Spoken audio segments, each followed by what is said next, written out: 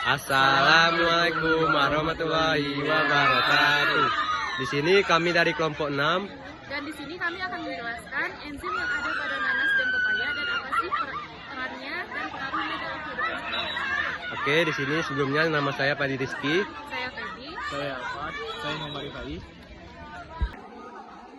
Pertama, enzim apa yang terdapat pada buah nanas dan buah pepaya yang dapat membuat daging buah tersebut menjadi lebih empuk?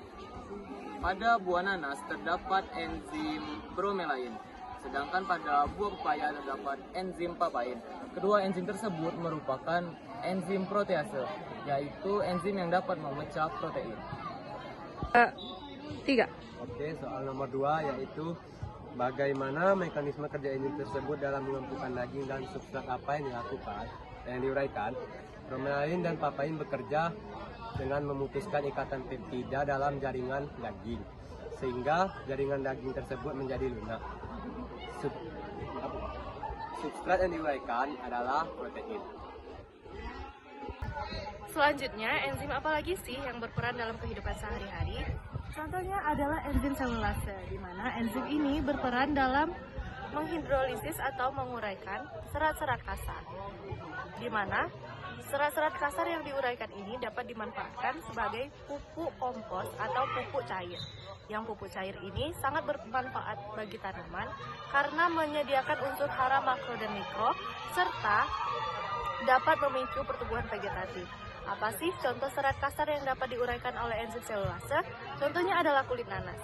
Jadi, setelah ibu kalian masak puding nanas tadi, kulitnya dapat dimanfaatkan sebagai pupuk kompos. Selanjutnya soal nomor 4, yaitu bagaimana cara memasak puding dengan campuran buah nanas agar membeku dengan baik, yaitu dengan cara memasak terlebih dahulu agar enzim bromelain terdenaturasi atau terhenti aktivitasnya, sehingga protein pada puding tidak dipecah oleh enzim ini. Terima kasih. Pernah nggak sih kalian masak puding nanas, tapi pudingnya tidak dapat membeku dengan sempurna? Apa sih alasannya?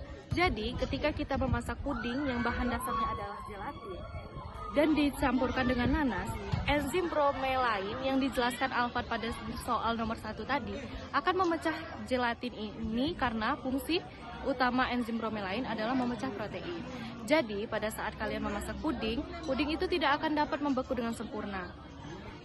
Tapi dengan catatan, ini hanya berlaku pada gelatin ya. Kalau misalnya ibu kalian menggunakan agar, itu tidak akan mempengaruhi enzim itu karena agar-agar merupakan polisakarida bukanlah protein.